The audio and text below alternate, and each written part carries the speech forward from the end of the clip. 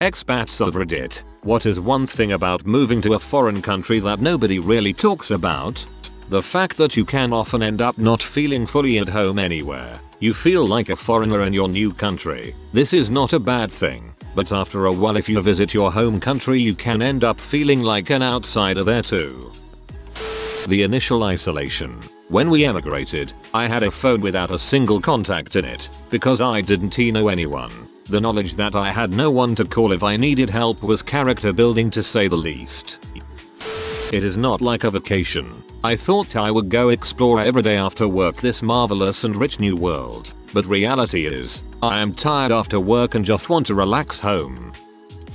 The constant goodbyes. It's not just to your family and friends at home. Often the places that people move to have high turnover rates. Many of your new friends, especially other expats, return home or go elsewhere overseas. No matter where you are, you will always be missing people you love. I've grown really hardened to this over the years, to the point where I am worried that I, subconsciously, refuse to form close bonds with new friends, colleagues, flatmates, etc. Your friends will slowly lose interest as you try to cling on to them via WhatsApp, Facebook and talking about the past with them in a hope they will keep reciprocating. Even though it is a lot easier to stay in touch these days, distance is a big gap in relationships. I just don't know how to keep them interested.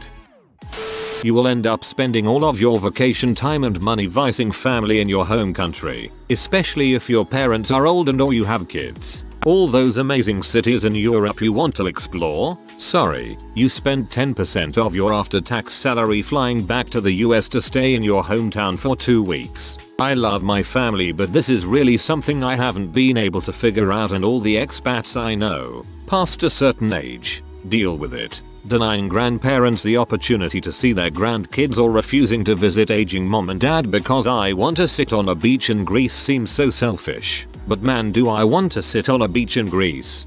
I moved by myself to New Jersey from Puerto Rico and this happens to me. My family gets a bit offended if I can't come down for my vacations. And then when I do go, it feels more like work than a vacation because I feel like I have to visit everyone. I'm finally now feeling like it's okay to be selfish and take my own vacation. There are an enormous number of things you have to learn how to do that you never think about until you don't know how to do them wherever you live. It's pretty easy to learn about general cultural differences between your home country and your new country, but then you find yourself googling European window shades in the desperate hope that you can figure out what these things are and how the freak you're supposed to open them when presented with nothing but a strap that doesn't seem to do anything. Turns out I had to pull it a particular way. Then you get an electricity bill you don't know how to pay and you haven't yet learned enough of the local language to figure it out, so you have to ask someone at work how to do it. Then you need to pick up some medicine, but you don't know whether you need a prescription, where you might find an English speaking doctor who can get you one if you do, and what the procedures are at the pharmacy for picking up medicine. Then you go to the shop to pick up some laundry detergent and have to memorize the right words in the local language beforehand in hopes they will be clearly marked on packages that clearly look like laundry detergent. If they aren't, you then spend 10 minutes in the shop with Google Translate making sure you don't accidentally buy something that will bleach your clothes all white. This goes on, albeit at an ever-reduced rate, for years. My sister did a junior year abroad in Germany. When she left, she had to ship stuff back via the post office, and she said that arguing with the postal clerks was like a final exam. This sums it up for me. You will never be completely at home again, because part of your heart always will be elsewhere. That is the price you pay for the richness of loving and knowing people in more than one place. Miriam Maideni. I love this thread. It is a tough price to pay, especially when you move around a lot. I feel as if I've left too much behind in those places, and these people you meet, both parties will fall out of touch and forget each other eventually. Visas. Visas are something you obviously don't think about at home, but us foreigners talk about them all the time. Also, it's such a burden to be able to overhear everyone's conversations back home. You are like constantly a part of everyone around you's conversation, but in foreign countries you just tune out the other language. The flip side is that you don't have the auto playback feature included in your native language. So when you tune out a group when they start talking about sports or their old friends they have in common, You look like a space cadet when they have to practically shout your name to get you back in the discussion. While there may be things that you love about the foreign country you've moved to, there are usually an equal number of things you learn to hate. I moved to Japan, and while I don't regret it one bit, I miss the openness of the US. And sometimes I get frustrated about how plastic-y things are here. Everything has a shiny sheen on it, physically and culturally. There's also a lot of ridiculous bureaucracy. That time moves on in your home country. I moved away from the States in 2012, and whenever I go back it's hard to remember that all my friends are also now older. I can't just go back to the place and time I left. The first year is tough. You have to completely start over, and while you are physically in your new country you will be mentally preoccupied with your home and friends and family. Social media can actually make it worse, as you will look through rose-tinted glasses and be really concerned with what you are missing out on. However, if you press through this time and establish new friends and connections, you will redefine yourself. You will feel at home in the place you chose. I'm always a bit surprised at the little things that have changed. Last time I went back to North America, I saw tortilla chips in the shape of little bowls in the supermarket. My parents' tiny rural Canadian town that's always been like 99% white suddenly had a Thai and a Korean restaurant. I had a whole new nephew I'd never met. My brother's hair was suddenly half grey, etc. Expat depression.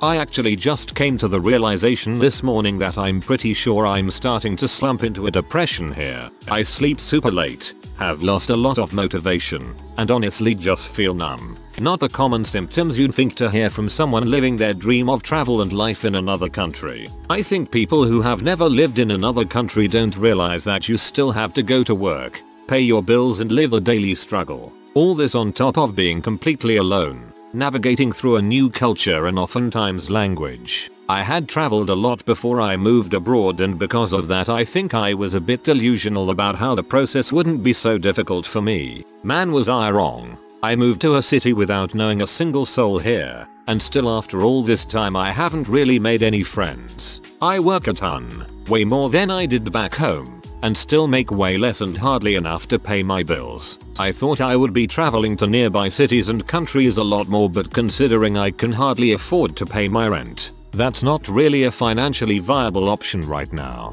I find myself missing home and how simple a thing like going to the post office or grocery store was. I don't want to sound like this has been a completely negative experience. I have good days and I've met some nice people in passing, and also my friendship with my roommate is something I can see being long term. My language has also advanced past the original conversational level it was. I also don't want to steer anyone away from moving abroad. It has really shown me pieces of myself I never would have dug deep enough to in my normal day-to-day life, and I definitely have done a substantial amount of growing and thinking. However, I guess if there was any advice I'd give, it would be to manage your expectations. Of course, be excited about your new journey and experiences to come. However, living abroad is still living day-to-day life. It's not always profound eat, pray, love moments. There are a lot of ups and downs, but at the end of the day it's something huge and brave and an experience you will always remember. I have to remind myself of that a lot.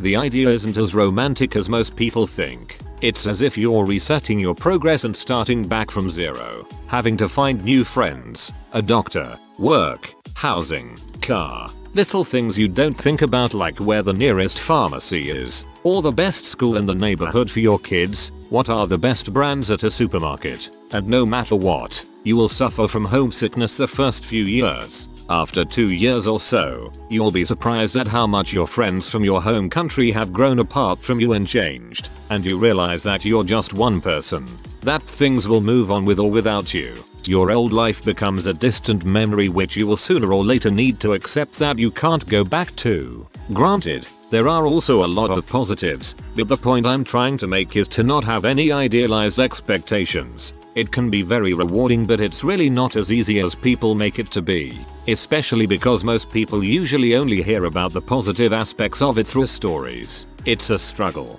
Whoa, couldn't have said it better myself. The hardest part is accepting that you won't go back to your old life or friends.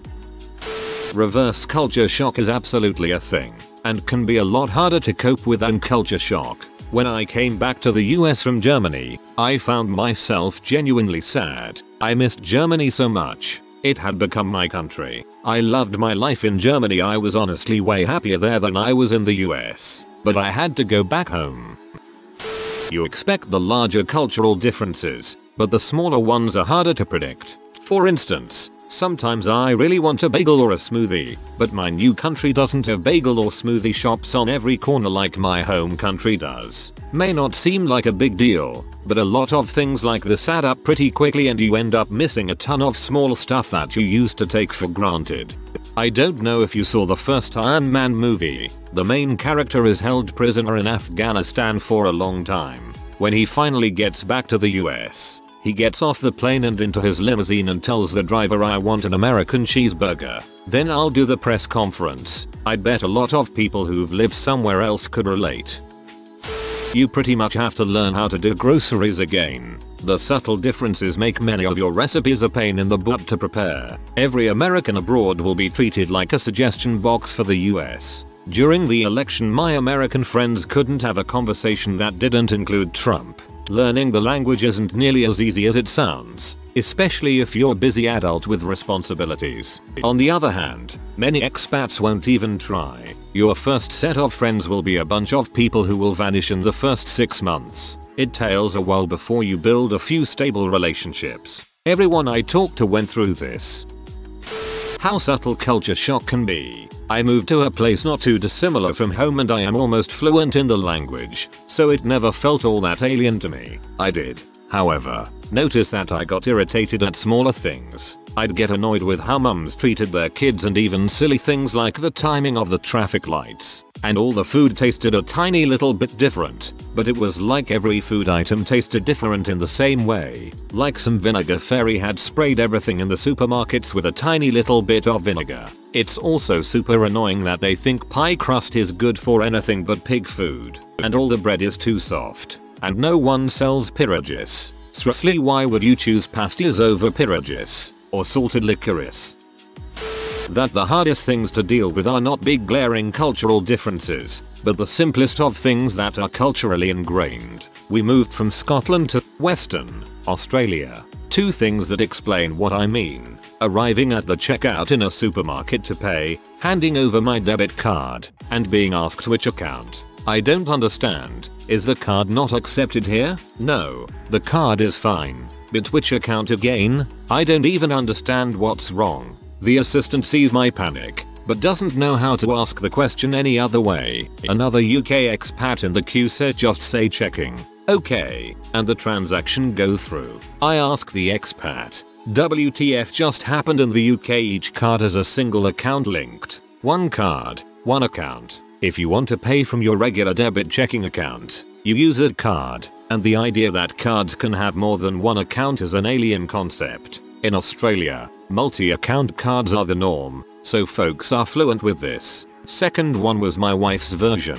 Buying bread. Something as simple as buying a loaf of bread. The clerk asks, "Sandwich or toast?" "Yes," my wife says, unsure of what is being said. "Sandwich or toast," says the clerk, louder, angrily. My wife is fumbling here. Yes, I hear the words, but I have no idea what you are asking me. I will do both of those things with the loaf probably. No response. Again, another person in the queue helps. She's asking how thick you want it sliced. Ah, right. So which is which? Thick is for sandwiches, I think. It's still unclear on it to this day. Our experience was that whilst some people are decent folks and want to help you, although they might not understand what it is that you don't get, there are other who delight in making you feel as awkward, other and outsider as possible, then mutter about bloody immigrants as you walk away with your cheeks burning. We lasted 2 years before coming home. Always a little feeling of having failed in the fact we couldn't make it work,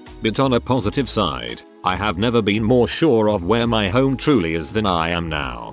Australia is just fricked up. I know countless British people who have gone out there and the longest stint was 7 years. They think it's just Britain with sunshine and an accent. Holy crap, is that assumption wrong? Comedy. What I thought was a great joke doesn't apply in Spanish really. Sarcasm really isn't a thing where I live. Other than that, having an open mind and not expecting people or things to be like back home. Most people I have seen move downhill even 2 years, so guess if you're moving, have an exit strategy. Also, if you're moving, check prices on stuff. I was so used to a TV at Walmart being couple $100, computers for dirt cheap. That doesn't exist in most places outside of US or maybe Europe, haven't lived there. But where I live it's double if not triple on many items I took for granted when we moved here years ago. Jokes rough in Spanish. I thrive on sarcasm, and half my family doesn't get it or thinks I'm being serious. The other half lives here and gets it, but can't decide if it's funny in English or not funny in Spanish. Everyone loves puns in their native language, but doesn't work in the second language. You appreciate things about your old country you took for granted. And when other people say mean things about your country, you instinctively get defensive, even if you agree with them. I never really felt at home. After a few years abroad, I learned that I will probably not get that longing feeling everyone is hoping for. But in my many experiences, from 6+ countries in anything from 4-18 months per time, I learned that you will always get sick of the culture in which you are currently presiding. I learned to identify it, and for me it is around 3 months in. Everything sucks. The food quality and selection isn't the same. The hobbies aren't the same. The cashier works slowly and the grocery store is not organized at all. Your bed is too hard, and there is no logical place to get a mattress. Everything seems like a struggle and no one understands it, or you. But it always passes. You acclimatize to the locals and their ways, or you quit and go back. Best way to describe it really. Going from a big city fast life to an island life is probably the strangest thing I have tried. Going from 180 km per hour to 10 km per hour. Suddenly big problems don't matter and small problems could be big problems. My advice? Try to acclimatize and keep an open mind, or you will only grow resentful and long for home. Remember, you left that place for a reason. If you are female, you may have to relearn which sanitary products work for you all over again. In one country, this particular brand was yours, but now you're on a different continent and they don't sell the same thing there. That moving from a predominantly white area to a predominantly black and East Indian area is rather jarring when you're white. I wasn't the target or any discrimination or bullying or anything, but it was still pretty jarring for a 14-year-old to go from the overwhelming majority group to an overwhelming minority. People looked at me and my family everywhere we went, and even after living there for years we were seen as clueless tourists. Not a problem or anything we were concerned about, but this was a little frustrating when no one would take us seriously. Not being taken seriously because of your skin color is discrimination though. Racism exists all around the world. The fact that people always assume your life is better for having moved around, while not entirely wrong. Never underestimate the social support from being in a place where everyone knows your name and your history. I wouldn't know who to call if I had an emergency most days. That people are pretty much the same regardless where they are from. Of course, every country or culture have their own rituals that shape a person's personality to some degree, but once you move away you realize that they think, feel and live in pretty much the same way you do. I'm 100% sure that more interaction between people from different countries would solve many conflicts in the world. This was riding the subway in Bangkok. All the teenagers / 20-somethings were on their phones on Facebook messaging their friends. Yes, it was all inter, but otherwise was identical to every other major city in the US. The sometimes abject loneliness. So far from everything you've known and your whole support network, it takes a long time to build up the friendships and support network you might have got used to having. I personally couldn't speak to my parents about how tough things had got because they were already freaking out. Was tough, but got there in the end. That we have it great in the US. Don't get me wrong. I love where I live right now, Costa Rica, but things are just not the same here as compared to the States. 1. It's not that the food is way different, it's that there is less of a choice and it's a bit worse quality. Like the pork I eat tastes worse because the pigs are taken care of as well on farms. 2. Culture. You get used to your culture from the country you came from. Then all of a sudden you have to adjust to a new culture, new norms, new attitudes, different music, different pastime, different history. For example, in Costa Rica, time is so much more flexible. You can arrive late to places and expect others to arrive late when meeting you, and it's not considered rude. 3. A lot of things are way more expensive here. TVs and computers cost an arm and a leg. Cars too compared to the States. Houses are cheaper but they're not as good of quality, although for here it's fine because the weather is tame. 4. The economy here is good for Central America, but if you don't live within a bigger city or town, good luck getting a steady job. The men in my town do a lot of odd jobs to make money and a lot of women don't even work. 5. With that, the wealth gap here. In the States it's bad, but middle and lower class people can still make it and be pretty successful. Here in Costa Rica it's so much harder for lower and middle classes to move up. That's because the higher class people get such a better education, usually one that is taught in English, that they automatically get better and higher paying jobs. Reddit loves to bash the USA, but we are very spoiled, so think twice about how lucky you are being an American or from a European country. Now that being said, Costa Rica is still awesome. The life is so chill and relaxed, so much less pressure. Everyone is friendly as frick and the weather is awesome. And even though a lot of people still wanna move to the States, the national pride they have for their country is amazing.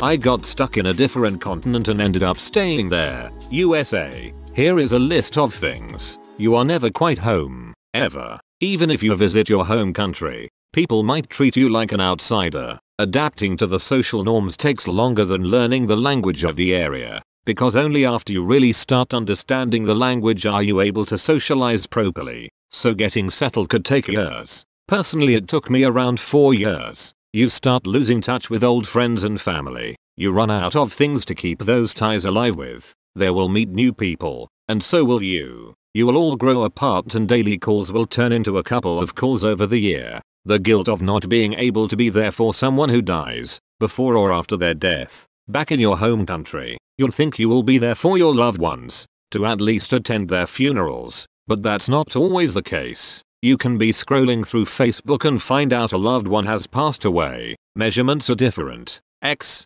inches versus cm. You will find yourself getting pee at the little differences between countries because you personally realize the practicality of doing things in the same way as your home country. You might become more sensitive to others' criticism of your country, even if you agree with what they're saying. It's weird, but there is this no one talks crap about my country but me and the rest of its citizens feeling.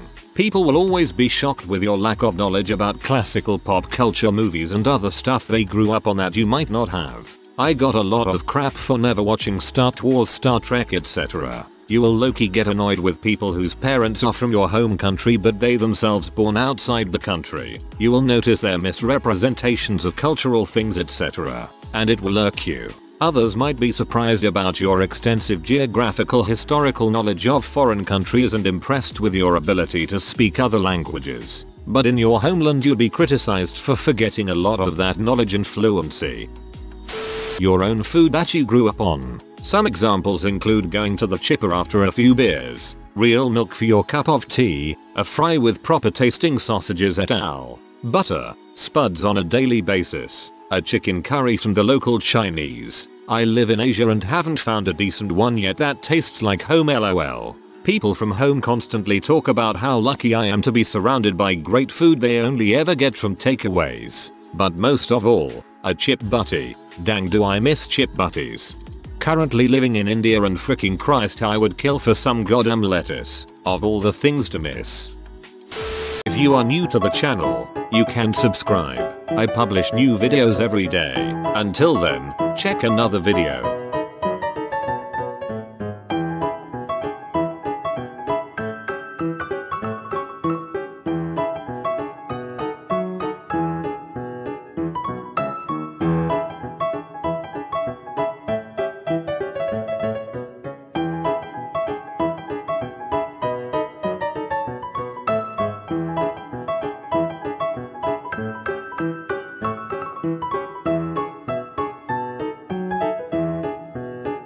Bye for now.